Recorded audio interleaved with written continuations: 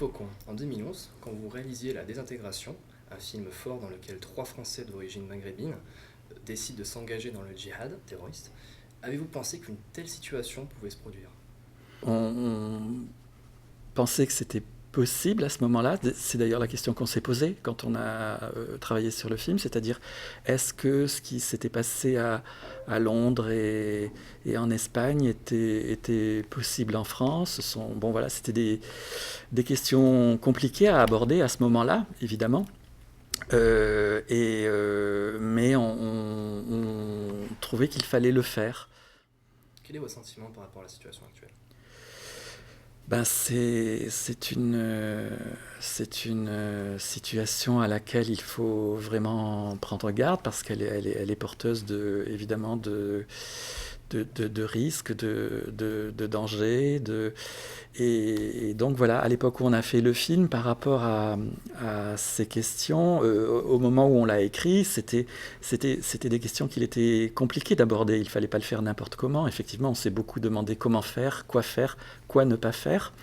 Mais à ce moment-là, au cours de l'écriture du scénario, au cours de la recherche de financement pour faire le film, c'est vraiment un projet à ce moment-là qui a fait peur, qui a provoqué des polémiques dans toutes les commissions où il a été proposé. Et donc, on était en face de réactions de déni. Pouvez-vous nous parler de Fatima? D'où est né le projet? Comment s'est passé le tournage? Comment s'est passée la quinzaine des réalisateurs à Cannes? Alors, Fatima, c'est au départ un projet qu'on m'a proposé. C'est-à-dire, j'ai été appelé par une productrice qui n'est plus là aujourd'hui, qui s'appelait Fabienne Vonnier, qui m'a demandé si je connaissais le livre de Fatima El Ayyoubi, que je ne connaissais pas. Et donc, elle m'a proposé de le lire, je l'ai lu, et puis à la suite de ça, j'ai rencontré l'auteur. Et en effet, je me suis beaucoup attaché à ce personnage et à en fait, ces trois personnages. C'est un projet qui m'a été proposé à un moment où j'étais moi-même en préparation du film La Désintégration. Donc j'ai été ensuite pris par la préparation, le tournage, la post-production de La Désintégration, mais c'est un livre et des personnages qui ont été présents dès ce moment-là chez moi avec l'idée d'essayer d'en faire un film par la suite. Et en effet, quand j'ai terminé La Désintégration, qui était quand même un sujet assez grave et dont j'avais besoin de sortir, je me suis alors mis immédiatement à travailler sur ce projet, Fatima. Voilà, qui n'était pas un projet simple à écrire parce que le petit livre de Fatima El Ayyoubi, c'est un journal que Fatima El Ayyoubi a écrit pendant toute sa vie de femme immigrée en France, toute sa vie de travail. Et donc c'est écrit comme un journal, c'est-à-dire de façon avec une écriture qui est très introspective, qui se prête pas très bien à une adaptation au cinéma. Ce sont des réflexions, des pensées qui sont écrites quelquefois sous forme de poèmes. Mais il y avait là-dedans quelque chose qui m'intéressait, un personnage, un parcours qui m'intéressait. Et moi, j'ai d'abord d'ailleurs écrit une histoire, un scénario en deux parties, dont une se passait au moment où Fatima arrivait en France et avait 20 ans, et une autre partie où on l'a retrouvée 17 ans plus tard ou 18 ans plus tard, quand sa fille entreprend sa première année d'université. Et donc il y avait deux âges du personnage qui n'étaient pas simples à envisager au cinéma. On a fait des essais de maquillage, on a imaginé de passer par deux personnages différents, mais ça, c'était pas très convaincant. Donc il y a un moment où j'ai repris l'écriture du scénario sur une seule période. Entre-temps, je suis devenu producteur du film parce que Fabienne Vonnier était malade. La productrice qui m'a proposé le film au départ était malade, et donc il y a eu un moment où elle n'a plus eu la force de continuer à porter le projet. Donc elle m'a proposé de le reprendre comme producteur. Et à ce moment-là, voilà, on a travaillé sur la recherche de financement du film. Ça a pris 2 ans pratiquement, parce que c'est un projet qui n'était pas évident, parce qu'il ne permettait pas un casting porteur, et puis parce qu'il était à moitié par la nécessité du sujet. C'était une histoire qui serait à moitié sous-titrée, donc c'est pas quelque chose de facile aujourd'hui à proposer aux chaînes. Et voilà, il y a eu un moment où on a réussi à réunir les moyens minimum de faire le film, et on a entrepris le tournage.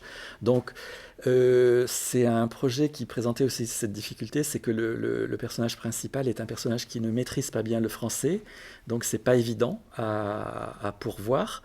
C'est-à-dire, on pouvait imaginer de s'adresser à des comédiennes repérées qu'on pouvait appeler dans des agences, mais qui en général sont des comédiennes qui maîtrisent parfaitement bien le français du fait de leur parcours de comédienne. Et donc, c'est très compliqué, même pour une comédienne de grand talent, d'approcher de façon très, très juste, très intime, la façon de parler de quelqu'un qui ne parle pas bien français, quand soi-même on le parle bien. Il y a un moment où on s'est dit que l'interprète de ce personnage, on ne le trouverait que auprès de quelqu'un qui serait vraiment dans cette situation de pas bien parler le français, donc ça voulait dire une non-comédienne et une non-professionnelle. Et donc voilà, on s'est dit qu'il fallait entreprendre cette recherche, même si elle ne paraissait pas évidente, parce que c'est pas un rôle qui est à la portée de n'importe quel non-professionnel. Donc effectivement, tous les essais qu'on a fait avec des femmes qu'on rencontrait par l'intermédiaire d'associations de femmes dans les quartiers, c'était souvent des essais qui faisaient un peu maladroits, un peu amateurs. Et jusqu'au moment où je rencontre Soraya Zeroual, et chez qui je me suis dit qu'il y avait quelque chose d'intéressant. Donc voilà, je me suis arrêté sur elle, et puis on l'a préparée à ce qui allait se passer, parce que c'était quelqu'un qui était pas du tout, évidemment, qui n'avait pas du tout été préparé ni formé au jeu. Donc je lui ai fait rencontrer les 2 jeunes filles que j'avais choisies pour jouer ces 2 filles. On a travaillé ensemble, et puis voilà, puis on s'est lancé à un moment dans le tournage. Et voilà, et puis donc le film s'est tourné. Elles se sont toutes les 3 beaucoup engagées dans leurs personnages. Elles ont beaucoup donné, je pense pour chacune, le meilleur d'elles-mêmes.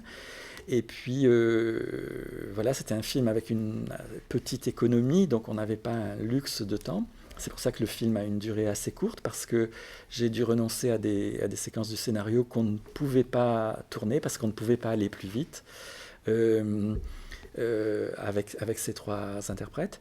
Et puis voilà, puis le film a été prêt. À un moment, il a été proposé à Cannes, il a été retenu pour la quinzaine. Et donc voilà, il a été montré là-bas. Tout ça est allé très vite, quoi, sur un seul mouvement. Le film a été terminé en février, puis en mars, il était retenu. Et puis en mai, il a été montré à Cannes. Donc on a fait venir toutes les comédiennes. Et voilà, c'était un moment très fort pour elles, évidemment, puisque l'accueil du film était très fort à Cannes.